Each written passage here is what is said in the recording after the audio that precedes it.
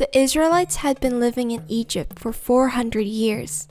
Egypt became filled with Israelites who had come to live there by the grace of God. But as the number of Israelites in Egypt increased, the king of Egypt became anxious. The number of Israelites now exceeds the number of Egyptians. We may be conquered if there is a war between us. And so Pharaoh enslaved the Israelites by hitting them and driving them with fear. Hurry, quickly, we need more bricks. What are you up to there?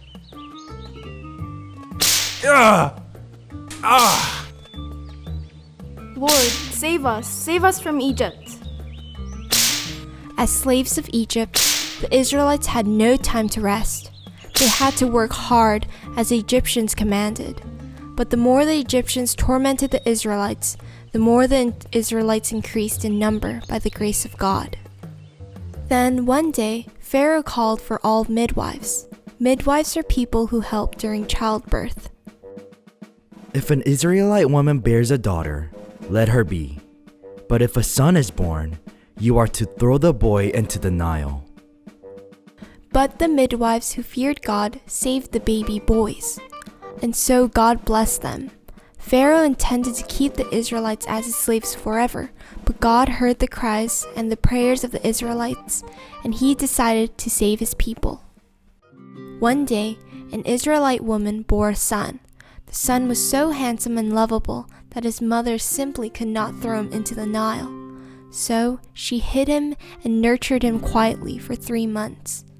But the baby's cries grew louder and stronger that she could not hide him any longer.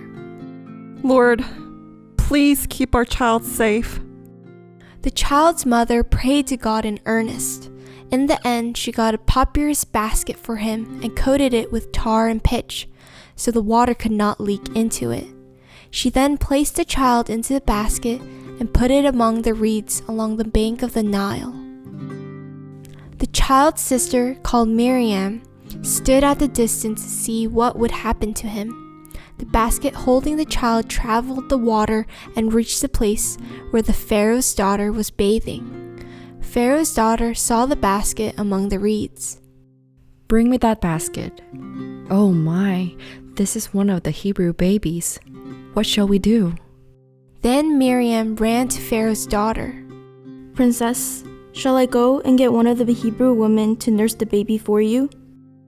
Would you? Yes, go. Miriam ran back home with joy. Mother, Pharaoh's daughter has found our baby and is looking for someone to look after the child. Mother, you should go. What? Is that true?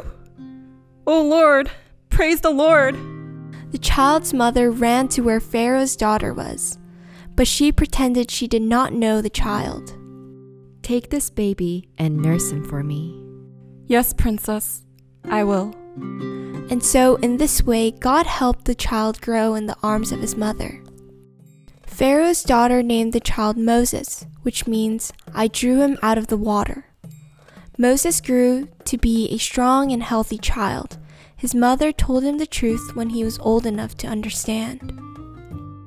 You are the son of Pharaoh's daughter, but you are an Israelite. Therefore, even if you live in the palace, do not forget the pain of the Israelites. And his mother taught Moses to serve God. Moses lived in the palace with the other princes as the son of Pharaoh's daughter. He was educated and grew up to be a great young man. Many years later, God called Moses to be a great leader of the Israelites. In accordance with God's words, Moses led the Israelites out of Egypt and brought them back to their homeland. We are finally free! We are no longer slaves! The Israelites were overjoyed. They walked bravely with Moses. God saved the Israelites from their suffering in Egypt. The Israelites were now free to worship God and to live as his people.